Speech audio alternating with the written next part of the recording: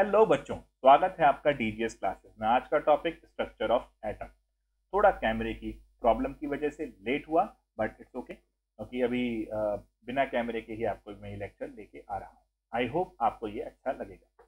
अब आइए शुरू करते हैं। इस चैप्टर के सबसे इम्पॉर्टेंट जो हमारे टॉपिक हैं वो क्या क्या हैं, पहले वो देख लेते हैं। सबसे पहले बेटा हिस्ट्री बहुत इम्पॉर्टेंट है। हिस्ट्री यानी डॉल्टन ने क्या बोला, नीट के पॉइंट ऑफ व्यू से जो हिस्ट्री है ये बहुत ही ज़्यादा इम्पॉर्टेंट इसलिए भी है क्योंकि कुछ ऐसे पैराग्राफ और लाइन्स हैं एनसीईआरटी से डायरेक्ट पूछी जाती है। हिस्ट्री में थॉमसन की बात होगी, डॉल्टन की बात होगी, ये सब बातें यहाँ पर की जाएंगी, ये ध्यान रखिएगा। उसके बाद रदरफोर्ड साहब ने क्या बोला, और उसके बाद यहाँ पर आता है बोर थ्योरी। इन बिटवीन आपको पता है मैक्स प्लैंक का भी आपको समझना है, ब्लैक बॉडी रेडिएशन, जो कि एनसीईआरटी के अंदर रहेगा, बट ये मेजर टॉपिक है, ये हिस्ट्री में से पूछेगा, बोर थ्योरी में से बहुत पूछेगा। इसके बाद अगर आती है कहानी तो फिर आता है वो डुअलिटी और हाइजेनबर्ग यानी अनसर्टेनिटी प्रिंसिपल। बोर थ्योरी में कुछ ऐसा था जिसने हमारे हाइजेनबर्ग साहब को दुखी कर दिया, कहते हैं यार ये नहीं हो सकता, हम नहीं मानते। और फिर डुअलिटी, भाई न्यूटन साहब कहते थे कि जो लाइट है वो पार्टिकल नेचर लेके आती है, और मैक्सवेल साहब कहते थे ऐसा कैसे भैया, हम तो वेव मानेंगे। अब काफी लोगों के लड़ाइयाँ होने लगी। कोई कहता था कि भाई हम तो वेव मानेंगे, कोई कहता था नहीं हम तो पार्टिकल मानेंगे। फाइनली डुअलिटी आई, यहाँ पर डी ब्रॉगली साहब आए और उन्होंने अपना ज्ञान दिया। अब उसके बाद यहाँ पर बच्चों क्वांटम जोन की तरफ बढ़ते हैं, क्वांटम नंबर्स आते हैं, श्रोडिंगर साहब का ज्ञान आता है। क्वांटम नंबर से फिर हम बढ़ते हैं इलेक्ट्रॉनिक कन्फिग्रेशन। ये दोनों चीजें यहाँ बहुत इंपॉर्टेंट हैं। एटॉमिक ऑर्बिटल के बारे में डिस्कशन यहाँ होता है और मॉलिक्यूलर ऑर्बिटल के बारे में डिस्कशन बॉन्डिंग में होता है।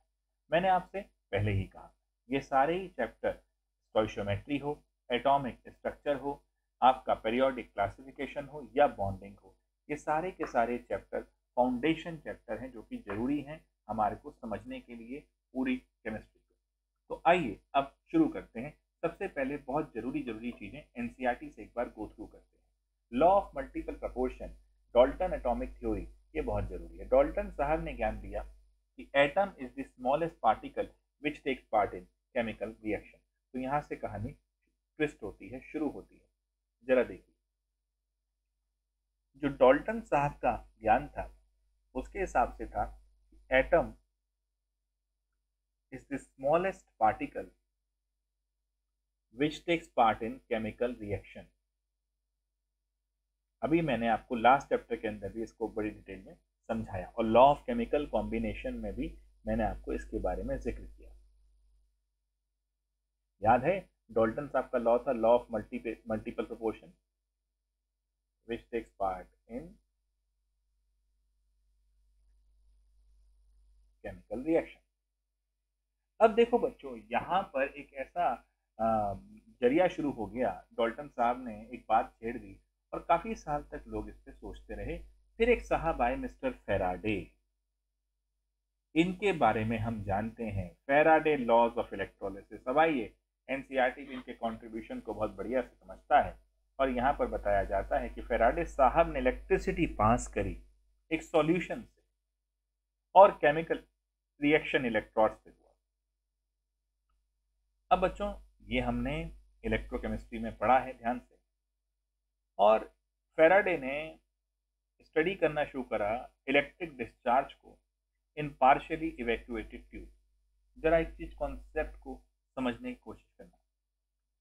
जब डॉल्टन साहब ने कहा कि atom is the smallest particle which takes part in chemical reaction, तो सभी के मन में एक अलग सी भावना आई, क्यों ना इसे चेक किया जाए, क्या वाकई में एटम स्मॉलेस्ट पार्टिकल है। तो लोगों ने इसको जांचने की कोशिश करी। अब बच्चों अगर आप एटम को स्टडी करना चाहते हो तो आप क्या करेंगे, कौन सा स्टेट ऑफ मैटर लेना सही रहेगा। अगर ध्यान से देखा जाए तो सबसे सही रहेगा हमारे पास गैशियस स्टेट। क्यों, अरे भैया सॉलिड के पार्टिकल तो क्लोज क्लोज हैं, लिक्विड के पार्टिकल थोड़ा सा दूर हैं बट फिर भी जुड़े हुए हैं। हमारा गैस ऐसा है जिसके पार्टिकल, जिसके एटम दूर दूर है। अच्छी बात, यही ले लें। अब इसको स्टडी जब करोगे और कैथोड रे ट्यूब में कैथोड रे ट्यूब क्यों बोला? देखो, दो इलेक्ट्रोड इनके अंदर लगाई, ग्लास ट्यूब थी, और जो पहली चीज देखी गई वो देखिए कैथोड से जो है पार्टिकल भागे। अब जरा समझेंगे ध्यान से। तो कैथोड रे ट्यूब के अंदर गैस भरनी, गैस क्यों भरनी है? कि वही स्टेट ऑफ मैटर ऐसा है जिसमें एटम को स्टडी करना आसान है। अब मुझे एक बात बताओ, इस गैस ट्यूब में, है ना, आप जो पार्टिकल रखेंगे वो हाई प्रेशर पे रखेंगे कि लो प्रेशर? ऑब्वियस सी बात है बच्चों, हम इसको लो प्रेशर पे रखेंगे। अरे अभी आप क्या चाह रहे थे? एटम को आप पकड़ पाए, उनके बीच में डिस्टेंस रहे, तो आप लो प्रेशर पर गैस पार्टिकल को कैथोड रे ट्यूब के अंदर रखेंगे। क्लियर है बच्चों? कोई दिक्कत तो नहीं? अब जरा समझ, यहां पर पोटेंशियल डिफरेंस हाई रखेंगे, तो हाई पोटेंशियल डिफरेंस। क्लियर बच्चों? फैराडे साहब ने की ये जो कॉन्सेप्ट था, इसको हम अप्लाई करें। तो एक तो देखना लो प्रेशर, ठीक है, और उसके बाद देखो यहाँ पर आ गया। तो अब एक चीज सोचो, यहाँ पर क्या होता है जब आप कैथोड रे ट्यूब के अंदर चलते हैं और कैथोड से पार्टिकल एनोड की तरफ जाते हैं, तो बेटा ये पार्टिकल को आप देख तो पा नहीं रहे, है ना, कि कौन से पार्टिकल जा रहे हैं। तो आप कैसे पहचानें? तो आप करते क्या है, एक जिंक सल्फाइड की कोटिंग लगा देते हैं एनोड की तरफ। जैसे ही इलेक्ट्रॉन जाके उस जिंक सल्फाइड पे टकराते हैं, ये फॉस्फोरेसेंट मटेरियल है, ये ग्लो कर जाता है। बस फिर आनंद आ गया। ये जब ग्लो कर गया तो इसका मतलब पार्टिकल जाके टकरा रहे हैं, इसका मतलब पार्टिकल कैथोड से एनोड की तरफ जा रहे हैं। जैसा नेचर एक नेगेटिवली चार्ज पार्टिकल का होता है, यानी वो पॉजिटिव की तरफ अट्रैक्ट होता है, वैसा ही नेचर इन कैथोड रे से निकलने वाले पार्टिकल ने शो किया। आइए जरा इस सारे पार्टिकल को भी स्टडी करते हैं। ये रहा बेटा हमारा कैथोड रे डिस्चार्ज ट्यूब, इस तरह की रूपरेखा है। फिलहाल नीट के लिए अब बनाना तो है नहीं, 11th क्लास के बच्चों को बनाना सिखाता हूँ मैं भी, लेकिन आपके लिए तो अब इसको सीधा समझना। देखो यहाँ आ गया result of these experiment, NEET के अंदर ये बहुत जरूरी है, ध्यान से सुन ले। अब cathode rays start from cathode and move towards the anode. These raise, ये तो बड़ी सिंपल सी बात है बेटा, कैथोड रे तो कैथोड से जनरेट होंगी और एनोड की तरफ जाएंगे। These rays themselves are not visible, but their behavior can be observed with the help of certain kind of material, fluorescent or phosphorescent, which glow when hit by them, है ना? तो ये मैं आपको बता चुका। टेलीविजन पिक्चर ट्यूब जो पुराने CRT आपके टीवी होते थे, उनके अंदर यही कॉन्सेप्ट होता था, ठीक है, जो हम यहाँ यूज कर रहे हैं। अब आप सोचेंगे कि फिर LED LCD में क्या होगा, ये आपके सोचने के लिए छोड़ा। सॉलिड स्टेट, आपको ये चीज भी बताऊंगा। In the absence of electrical or magnetic field, these rays travel in a straight line। बच्चों, क्योंकि इनमें हम कहते हैं नेगेटिवली चार्ज पार्टिकल, ध्यान से सुनना बेटा, तो अब ये इलेक्ट्रिक और मैग्नेटिक फील्ड की तरफ तो अट्रैक्ट होंगे ही। अब ये देखो, मान लो मस्त एक लाइन चलती हुई आ रही थी इनकी स्ट्रीम, ओहो मस्त, यहाँ पर एक बढ़िया मैग्नेटिक फील्ड मान लो, इलेक्ट्रिक फील्ड मान लो, अब ये उसके पॉजिटिव चार्ज की तरफ अट्रैक्ट हो जाएंगे। अब अगर यहाँ पर मैग्नेटिक फील्ड थी, तो क्योंकि हम जानते हैं कि मूविंग चार्ज में मैग्नेटिक इफेक्ट भी होता है, तो उसकी तरफ मूव करेगा, ठीक है। और क्योंकि आप देखें इस जोन में ना इलेक्ट्रिक थी ना मैग्नेटिक थी, तो स्ट्रेट लाइन चल रहा था। अरे भाई, तुम मान लो सिगरेट भी पीते हो, गुटखा भी खाते हो, तो अगर कोई खोमचा होगा ही नहीं, यानी कोई पान वाला या ऐसी कोई चीज होगी ही नहीं पूरे रोड में, तो तुम डाइवर्ट थोड़ी होगे, तुम सीधा चलते रहोगे, आगे मिलेगा आगे मिलेगा, इस उम्मीद में तुम चलते चलाओगे, बोलो जुबान केसरी, है ना। तो इसका मतलब जब तक वो है नहीं तो अट्रैक्ट क्या करोगे भैया? तो वही कहानी यहाँ है ना। तो in the absence of electric और मैग्नेटिक फील्ड क्या करेंगे? ये कुछ नहीं करेंगे भैया, बस ऐसे रहेंगे, खत्म कहानी। क्यों? चलते चलेंगे स्ट्रेट लाइन में। In the presence of electrical or magnetic field, the behavior of cathode rays are similar to that expected from negatively charged particles, suggesting that the cathode rays consist of negatively charged particles called electrons। तो भाई जैसे negative charge particle का behaviour होगा positive की वैसा ही behave इसने करा, तो कोई टेंशन वाली बात नहीं। The characteristics of cathode ray, ये लाइन बहुत जबरदस्त है बेटा, हमेशा जब भी मैं क्लास लेता हूँ एनसीईआरटी से जब बताता हूँ तो ये लाइन जरूर बोलता हूँ, क्योंकि कैथोड रे और एनोड रे में ये डिफरेंस है। The characteristics of cathode rays do not depend upon the material of electrode and the nature of the gas present in the cathode ray tube. तो दोबारा मेरे साथ पढ़ो, कैथोड रेज का जो करेक्टर है वो डिपेंड नहीं करते किस पे, material of electrode and nature of the gas. लिख लो, बहुत इंपॉर्टेंट लाइन है। क्लास वर्क कॉपी में जब भी ये जो क्लास में लिखवा रहा हूँ इनको प्लीज ढंग से लिखो, ताकि जब नीट से पहले रिवाइज करोगे तो यही कर लेना, इन्हीं में से पेपर हो केमिस्ट्री का। द कैरेक्टरिस्टिक्स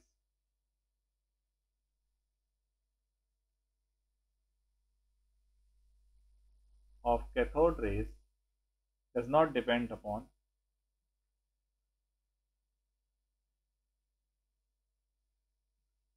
किस पे बेटा, नेचर ऑफ द गैस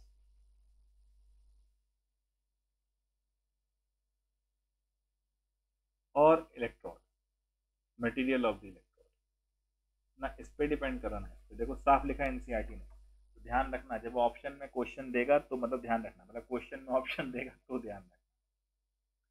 तो हमने कंक्लूड कर लिया इलेक्ट्रॉन जो है वो बेसिक कंस्टिट्यूएंट है of all the atom. Charge to mass ratio, बच्चों एक जरा कॉन्सेप्ट फिर से देखो, लास्ट पेपर में जो बताया मैंने, कहा इलेक्ट्रिक फील्ड है तो ये इधर गया, मैग्नेटिक है तो इधर गया, कोई नहीं है तो स्ट्रेट चल रहा है। अब आपने क्या करा, एक बार खाली ये लगाई, इसको बोल दिया पॉइंट ए, जहां जाके टकराया इलेक्ट्रॉन। एक बार खाली ये लगाई, इसको बोल दिया पॉइंट बी, जहां जाके टकराया इलेक्ट्रॉन। और हमने क्या करा, अब इन दोनों को थोड़ा सा बैलेंस करने की कोशिश करी, इसको और इसको थोड़ा बैलेंस करने की, एडजस्ट किया है। जब बैलेंस करने की कोशिश करी इन दोनों को, ताकि वापस इन दोनों का इफेक्ट नलीफाई हो जाए। देखो आपने एक बहुत तीखी सब्जी खाई, बहुत लाल मिर्च डली हुई, धुएं निकल गए आप, तो आप इस कंडीशन में आ गए, इस पॉइंट पे आ गए। आपने बहुत ही मीठी चीज खा ली, बहुत ही शरबत टाइप हो गया, तो आप यहाँ पर। अब आप उस तीखी और मीठी को साथ साथ खा रहे हैं ताकि नेट इफेक्ट जीरो हो जाए, मतलब ऐसा लगे कि दोनों है ही नहीं। देखो यहाँ पर भी कोई इलेक्ट्रिक और मैग्नेटिक फील्ड नहीं थी। अब इन दोनों को बैलेंस करो और वापस इसी पॉइंट पे ले आओ, है ना। इसी चीज को थॉमसन साहब ने किया। अब कैसे किया जरा देखें। British physicist J Thomson measured the ratio of electric charge to the mass of electron by using cathode ray tube and applying electric and magnetic field perpendicular to each other। एक एक लाइन को दोबारा बोलो। इन्होंने E/m ratio निकाला by using cathode ray and applying electrical and magnetic field perpendicular to each other as well as to the path of electron। याद है बच्चों, वो थंब रूल पढ़ते रहते थे आप, तीन चीज होती थी, तीनों आपस में परपेंडिकुलर। तो यहाँ पर भी इलेक्ट्रिक फील्ड, मैग्नेटिक फील्ड और पाथ ऑफ इलेक्ट्रॉन, दोबारा बोलो, इलेक्ट्रिक फील्ड, मैग्नेटिक फील्ड और पाथ ऑफ इलेक्ट्रॉन, ये सारे आपस में परपेंडिकुलर हैं। देख लें रिकॉर्डिंग सही है, हाँ सही, ये चीजें ध्यान रखना, बत्ती ना बुझ जाए इसमें, है ना, तभी मजा आएगा। When only electric field is applied, the electron deviate from their path and hit the cathode ray tube at point A. Similarly, when only magnetic field is applied, electron strike the cathode ray tube at point C। ये रहा, यहाँ सिर्फ electric, यहाँ सिर्फ magnetic. अब इन दोनों को balance करेंगे तो बी पे ले आएंगे, है ना। अब बैलेंस कैसे करेंगे ये सोचना पड़ेगा। By carefully balancing the electric and magnetic field strength, it is possible to bring back the electron to the original path।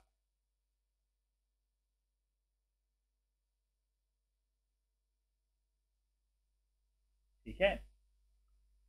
Thomson argued that the amount of deviation of the particle from their path in the presence of electric or magnetic field depends upon number one, the magnitude of the negative charge on the particle, greater the magnitude of the charge on the particle, greater is the interaction with the electromagnetic field and thus greater the deflection. भाई साहब बात सोचो, अभी मैंने आपसे कहा था आप सिगरेट या गुटखा खाने में बड़ा जुबां केसरी बोलने में बड़े एक्सपर्ट। अब कोई मतलब पान की दुकान आ रही है, जितनी आपके अंदर चार्ज होगा, मतलब जितना आपके अंदर वो तलब होगी उस गुटखे को खाने की या वो सिगरेट पीने की, उतना ही ज़्यादा आप उसकी तरफ अट्रैक्ट होंगे, यस और नो, और उतना ही ज़्यादा आपका डिफ्लेक्शन भी होगा। तो अगर नेगेटिव चार्ज ज़्यादा है, बड़ी सीधी सी बात है, तो मैग्नीट्यूड ऑफ चार्ज पार्टिकल का ज़्यादा है तो इंटरेक्शन भी ज़्यादा होगा और डिफ्लेक्शन भी ज़्यादा होगा। मास ऑफ द पार्टिकल, तो भैया देखो हैवी पार्टिकल है तो वो मूव करना उसका मुश्किल होगा, लाइटर पार्टिकल का ज़्यादा, तो lighter the particle greater the deflection. The strength of the electrical और magnetic field, the deflection of electron from its original path increases with the increase in the voltage across the electrode। भैया आप online shopping के लिए जाते हैं, वहाँ पर वो हर महीने 1.5 महीने में, अब तो 15-20 दिन में सेल लगा देते हैं, तो वो वोल्टेज ज़्यादा लगा रहे हैं ताकि आप उनकी तरफ अट्रैक्ट हो जाए, यही हो रहा है, बस सीधी बात। तो अगर आपके पास इलेक्ट्रिकल और मैग्नेटिक फील्ड की स्ट्रेंथ, देखो बेटा, या तो आपके अंदर चार्ज ज़्यादा है तो आप उस तरफ अट्रैक्ट हो रहे हैं, या वो आपको खींचने में, अपनी तरफ खींचने में बहुत एक्सपर्ट है तो आप उस तरफ अट्रैक्ट हो रहे हैं। ये गेम, ये खेल।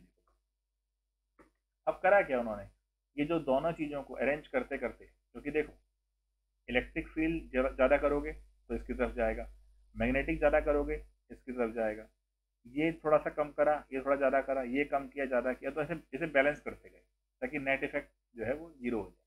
तो ये E/m रेशियो मिल गया उनको 1.75 × 10⁻11 कूलम पर kg।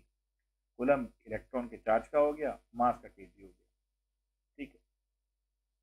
अब क्या हुआ जी, अब हमारे पास चार्ज बाय मास रेशियो आ गया 1.75, डेटा तुम्हें गिवन होगा एग्जाम के, कोई दिक्कत। अब charge on the electron, Millikan साहब ने जो फेमस ऑयल ड्रॉप एक्सपेरिमेंट था कंडेंसर यूज करके, बाबू साहब ने यही काम किया, ठीक है। अब देखो ये पूरा एटमाइजर है, कंडेंसर है, मिलिकन ऑयल ड्रॉप एक्सपेरिमेंट है, इसमें कुछ ज़्यादा घुसने की जरूरत नहीं है, बस इतना ध्यान रखना है कि इन्होंने जेई के लिए, अगर जिसको ज़्यादा घुसना है तो वो मेरे जेई वाले लेक्चर को देख लेगा, वहाँ मैंने इसको समझाया हुआ पूरा, क्योंकि यहाँ पर जरूरत नहीं है, नीट के लिए जरूरी है नहीं।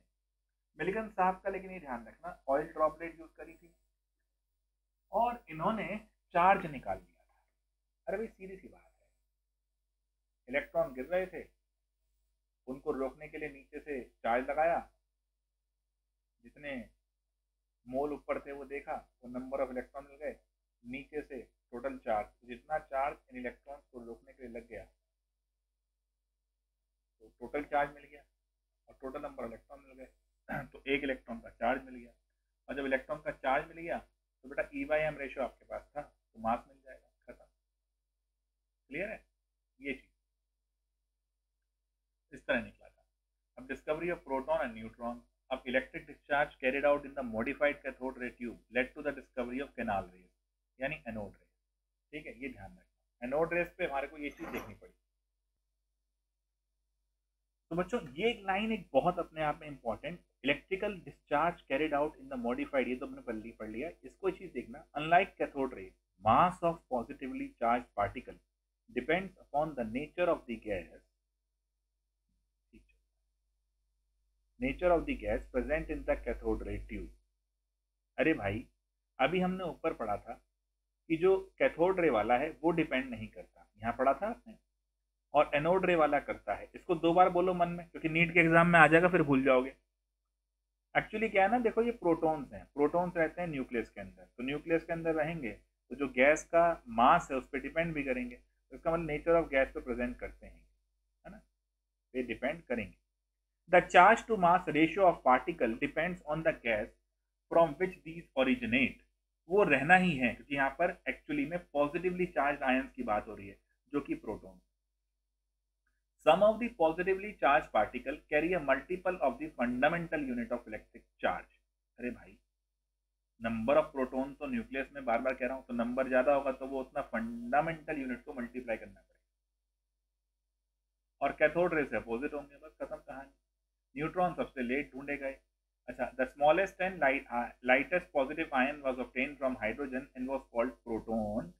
These positively charged particle was characterized in 1919 ठीक है, ये सब चलते रहने दो। दीज पार्टिकल, जो न्यूट्रल पार्टिकल हैं, वो डिस्कवर्ड बाय चार्विक। ध्यान रखना भैया, neutron were discovered by Chadwick, ठीक है, by bombarding a thin sheet of beryllium by alpha particle. अब देखो रदरफोर्ड सबको याद रहता है यूरेनियम पे, बट इन्होंने बेरिलियम पे करा था, ध्यान रखना। तो न्यूट्रॉन निकालते हुए बेरिलियम पे भाई साहब ने बम्बार्डमेंट कराई थी, ठीक है जी, और इन्हें न्यूट्रॉन कहा क्योंकि न्यूट्रल थे ये, ठीक है जी। अब एटॉमिक मॉडल पे आ जाते हैं। अब जब सब कहानी समझ में आ गई कि नेगेटिव भी है पॉजिटिव भी है, अब ये होंगे कहाँ, तो इसके लिए आ गया। अब देखो बेटा, the major problem before the scientist after the discovery of sub atomic particle were, ये ध्यान से सुनना, to account for the stability of atom. भाई साहब अगर पॉजिटिव भी है नेगेटिव भी है तो एटम मेरा स्टेबल कैसे है, और फिर जब यही तीन चीजें बना रही हैं तो फिर डिफरेंट एलिमेंट का फिजिकल और केमिकल प्रॉपर्टी डिफरेंट क्यों है भैया। To explain the formation of different kind of molecule और origin and nature of electromagnetic radiation, ये चार आपको प्रॉपरली याद करने हैं, ये आपके आ जाएंगे। The major problem before the scientist after the discovery of sub atomic particle were. देखो होता है ना, हम नीट में देखते हैं, रिवाइज करने बैठते हैं, हम सीधा क्वेश्चन उठा के शुरू कर देते हैं, ये हम डिफिकल्ट कर लें वो हम कर लें। नीट का पेपर चेंज हो गया, 2-3 सालों से आसान आ रहा है बहुत, तो उसमें बहुत कुछ करने की जरूरत नहीं है, जो मैं आपसे बार बार कह रहा हूँ। अब देखो ये 4 पॉइंट हैं, इस पर वो क्वेश्चन बना देता है एनसीईआरटी से, है ना, और हम भूल जाते हैं। मेजर प्रॉब्लम क्या थी, उसमें दिखेगा 4 ऑप्शन, क्या बताइए ये प्रॉब्लम थी या नहीं थी after the discovery of sub atomic particle. अब स्टेबिलिटी वाली बात तो चलो हम फिर भी लगा लेंगे, बिहेवियर ऑफ एलिमेंट वाली बात पूछ सकते हैं, to explain the formation of different kind of molecule by combination of different atom and to understand the origin and nature of the characteristics of electromagnetic radiation absorbed or emitted by atoms। याद है absorption spectrum और emission spectrum. तो ये 3 fundamental particle हो गए, charge पता ही है, plus minus, मास की दिक्कत है, और ये फिर आपका आ गया अप्रोक्सीमेट मास में यूनिट के अंदर कर लिया। थॉमसन ने प्लम पुडिंग मॉडल दिया था, सबको पता है ना, कोई ऐसी दिक्कत नहीं है। यहाँ एक चीज ध्यान रखना, ग्रीन बॉक्स के अंदर यहाँ पर हम बात कर रहे हैं, ध्यान से सुनना, ये आता है नीट में क्योंकि ये एक्सरेज के डिपेंडेंट है और हम मेडिकल साइंस में एक्सरे यूज करेंगे, तो ध्यान से सुनो मेरे साथ। In the latter half of the 19th century different kinds of rays were discovered besides those mentioned earlier। Wilhelm Röntgen in 1895 showed that when electrons strike a material in the cathode ray tube produce rays which can cause fluorescence in the fluorescent material placed outside the cathode ray tube। Since Roentgen did not know the nature of the radiation, he named them X-rays, and the name is still carried on। अभी भी नहीं पता वैसे तो ये हैं क्या। It was noticed that X-rays are produced effectively when electrons strike the dense metal anode called target। These are not deflected by the electric and magnetic field and have a very high penetrating power through the matter, and that is the reason why these rays are used to study the interior of the object, human body के अंदर। Henry Becquerel observed that there are certain elements which emit radiation on their own and named this phenomena as radioactivity। क्योंकि वो radiation क्यों छोड़ रहे हैं, क्योंकि उनके अंदर न्यूक्लियस रिएक्टिव है। अब यहाँ पर ध्यान देना, madam Curie, Pierre Curie, Rutherford and Frederick Soddy सब ने डेवलप करे। मैडम क्यूरी बेचारा थोड़ा सा ना, मैं कहूँ तो उनके साथ एक सेट रहा। रेडियोएक्टिव एलिमेंट बहुत ज़्यादा डेंजरस होते हैं, बट वो अपने काम से बहुत प्यार करते हैं। वो रेडियम वाले को मोस्टली अपनी पॉकेट में रखती है। ऐसा कहा जाता है जब उनकी डेथ हुई तो उनकी बॉडी चमक रही थी, यानी रेडियो एक्टिव एलिमेंट के साइड इफेक्ट्स उनको थे। It was observe that 3 kind of rays, alpha, beta and gamma rays are emitted. ध्यान सुनते जाना। Rutherford found that alpha rays consist of high energy particles carry 2 unit of positively charged। जो उन्होंने alpha रे bombardment वाली जो कहानी आती है वो उन्होंने है कि doubly ionised helium atom. He concluded that alpha particle are helium nuclei, as when alpha particle combined with 2 electrons yielded helium gas। Beta rays are negatively charged particles similar to electrons। Gamma rays are high energy radiation like X-ray। इन पे कोई particle नहीं होता कि सारी energy इनकी ऐसे हो जाती है। अब ध्यान से देखना, ये लाइन आती है। एज रिगार्ड पेनिट्रेटिंग पावर, सुनो ध्यान से, alpha particle are the least followed by beta rays and gamma rays of that alpha particle. 10 ये देखो, अल्फा तो सबसे लीस्ट है, बीटा 100 टाइम है that of alpha particle and gamma 1000 time of that of alpha. तो 10 times ले लो that of beta. ये ऑर्डर नोट कर लो, ये आएगा आपका, ठीक है ना।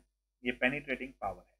अब देखो एनसीईआरटी में गिवन है, नीट में आती है, फिर बच्चे सोचते रहते हैं कहाँ से पूछ लिया था सवाल, अरे ये रहा भाई।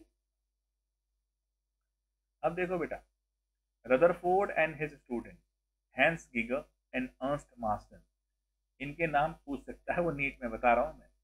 bombarded very thin gold foil with alpha particle, Rutherford famous alpha particle scattering experiment, को पता है, फोटोग्राफी प्लेट लगाई थी, लेड लगाया था, गोल्ड फॉइल ली थी, है ना, वो सब ज्ञान इसमें चलता ही है। और रेडियो एक्टिव सोर्स लिया था, रेडियम, उससे जो है बम्बार्डमेंट कराई थी। रेडियम 85% अल्फा पार्टिकल रिलीज करता है, ये एक रीज़न था। ये सब पता ही है, वेरी फ्यू बैक कर जाते हैं, ये तो 9 से पढ़ते आ रहे हैं, है ना। और फाइनली बोला था यहाँ पर देखना, calculation by Rutherford showed that the volume occupied the nucleus is negligibly small as compared to the total volume of the atom. The radius of the atom is this while that of nucleus is this. ये बहुत बार पूछा गया है, note कर, NCERT से पूछेगा, ठीक है जी भाई, ये ध्यान रखना। चलिए भाई, on the basis of the above, ये तो है ही, क्रिकेट बॉल एक न्यूक्लियस है, तो स्टेडियम क्या है, एटम है। On the basis of above observation and conclusion, Rutherford propose the nuclear model of atom. बहुत जरूरी है बेटा ये, अकॉर्डिंग टू दिस मॉडल। क्यों जरूरी है, कई सारी किताबों में कई सारी बातें आती हैं, लेकिन क्योंकि नीट का पेपर टोटली हमें समझना है एनसीईआरटी के बेसिस पर ही, तो हम तो इसी के हिसाब से चलेंगे, ये ध्यान रखिए, है ना। तो अब एक चीज सोचो, the positive charge and most of the mass of the atom was densely concentrated in extremely small region. This very small portion of the atom was called nucleus by Rutherford. इसी को बोलते हैं न्यूक्लियर पार्ट। रदरफोर्ड साहब ने इसी को बोला nuclear part. The nucleus is surrounded by electrons that move around the nucleus with a very high speed in circular paths called orbits. Thus, Rutherford model of atom resembles the solar system, and electron and nucleus are held together by electrostatic force of attraction. इसी बात से समस्या आनी शुरू हो गई थी। क्यों शुरू हो गई थी समस्या आनी, क्योंकि भाई साहब लोगों ने बोला यार ये अपोजिटली चार्ज पार्टिकल है, नेगेटिव और पॉजिटिव, तो इनमें अट्रैक्शन नहीं हो रहा क्या। अब देखो बेटा, एटॉमिक नंबर, मास नंबर, ये सब पता ही है, आइसोटोप, आइसोबार, कोई दिक्कत तो नहीं इसमें, तो बहुत आसान है, बट ये सवाल आते हैं नहीं, मैं ये ध्यान रखें। ड्रॉबैक ऑफ रदरफोर्ड मॉडल को हम पढ़ें, है ना। आइसोटोप, आइसोबार, आइसोटोन सब पता है ना, ये सब पता है, तो अब आप एक काम मेरे लिए करेंगे, सब पता है, आप कमेंट बॉक्स में लिखेंगे आइसोडायाफर्स क्या,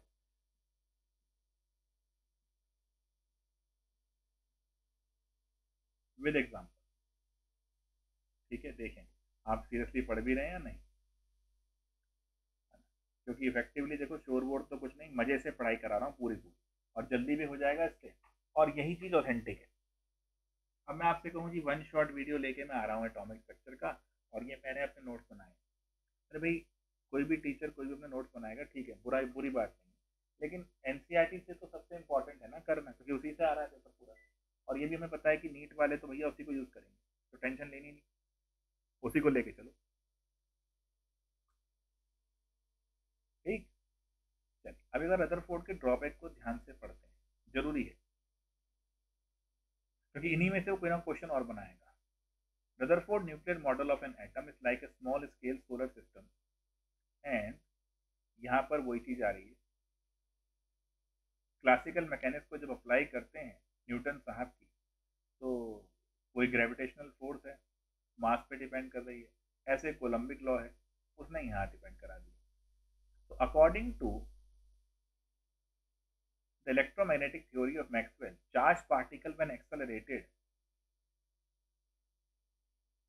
हाईलाइट करो, charge particle when accelerated should emit electromagnetic radiation. अच्छा, प्लैनेट में ये नहीं होगा बेटा, प्लैनेट तो अनचार्ज है, therefore an electron in an orbit will emit radiation. The energy carried by radiation comes from electronic motion. The orbital will thus continue to shrink. Calculations show that it should take an electron only 10 raised to the power minus 8 second to spiral into the nucleus. अब भैया ऐसा होता तो फिर तो atom stable है ही नहीं, atom नहीं है तो मॉलिक्यूल नहीं है, मॉलिक्यूल नहीं है तो फिर हमारे सेल नहीं बनेंगे, सेल नहीं बनेंगे तो कुछ नहीं बने, तो हम भी नहीं होने चाहिए, बट हम तो हैं। इसका मतलब भैया कोई ना कोई तो गड़बड़ थी रदरफोर्ड साहब के मॉडल में। तो Rutherford model could not explain the stability of an atom. भाई साहब सेकंड ध्यान रखियो, क्योंकि ये सेकंड वाला जो कॉन्सेप्ट है ये पूछ लेगा नीट में। Rutherford model could not or cannot explain the stability of an atom if the motion of an electron is described on the basis of classical mechanics and electromagnetic theory। ठीक है, तो अगर हम इलेक्ट्रॉन को ये मान लें, देखो यहाँ पर कॉन्सेप्ट बहुत प्यारा है। थॉमसन साहब ने क्या बोला था बाबू? थॉमसन साहब ने दिया था प्लम पुडिंग या वाटरमेलन, ये सारा जो लाल वाला हिस्सा है ना, जैसे तरबूज का लाल लाल हिस्सा, वो तो ले लो भैया प्रोटॉन, और उसके अंदर जो काले काले दाने हैं, बीज हैं, वो हैं इलेक्ट्रॉन, एम्बेडेड हैं भैया, ये ले लो, है ना। बट रदरफोर्ड ने कहा ऐसा नहीं है गुरु, जो पॉजिटिवली चार्ज चीज है वो तो सेंटर में है, और नेगेटिवली चार्ज जो चीज है वो प्राणी उसके सराउंडिंग में घूम रहा है। ये न्यूक्लियर पार्ट था, और ये जो इलेक्ट्रॉन घूम रहा था ये एक्स्ट्रा न्यूक्लियर पार्ट था। ये ज्ञान था। अब देखें मजा क्या है। हमने कहा इलेक्ट्रॉन घूमेगा तो फिर स्पाइरल करके घूम जाएगा न्यूक्लियस के अंदर, जब रोटेट कर रहा है, मोशन में है। एक चीज ये भी कही लोगों ने कि अच्छा ये मान लेते हैं इलेक्ट्रॉन मूव नहीं कर रहा, तो बाबूलाल फिर तो वैसे ही इलेक्ट्रॉन जाके घुस जाएगा, और ये ऐसा ही मॉडल होना चाहिए था थॉमसन जैसा। ये तो है नहीं, तो दोनों ही बात नहीं चल पाई। अब क्या करें, फंस गए भैया। अब यहाँ पर है electrostatic attraction between the dense nucleus and the electron would pull the electron towards the nucleus to form a miniature version of Thomson model, तो वो भी नहीं हो सकता। तो ये ड्रॉबैक। अब ये ड्रॉबैक थे, तो यहाँ से कहानी फिर जाती है आगे कहानी की तरफ कि अब आगे क्या करें। तो यहाँ से बीच में देखो, development leading to the Bohr's model of the atom. अब बोर भाई आएंगे और रदरफोर्ड के मॉडल को समझाएंगे, और ये एक वीडियो में मैं बोर को समझा चुका हूँ पूरा, वो वीडियो का लिंक मैं इस वीडियो के साथ शेयर कर दूंगा। लेकिन पहले मैं ये समझा दूं कि डेवलपमेंट जो थे वो क्या थे। देखो तो वही है, historically result observed from the studies of interaction of radiation with matter have provided immense information। ये सब ज्ञान वही बांट रहे हैं, ठीक है। टू डेवलपमेंट, ये ध्यान से देखना भाई साहब, नोट कर लो भैया, ये आ गए थे,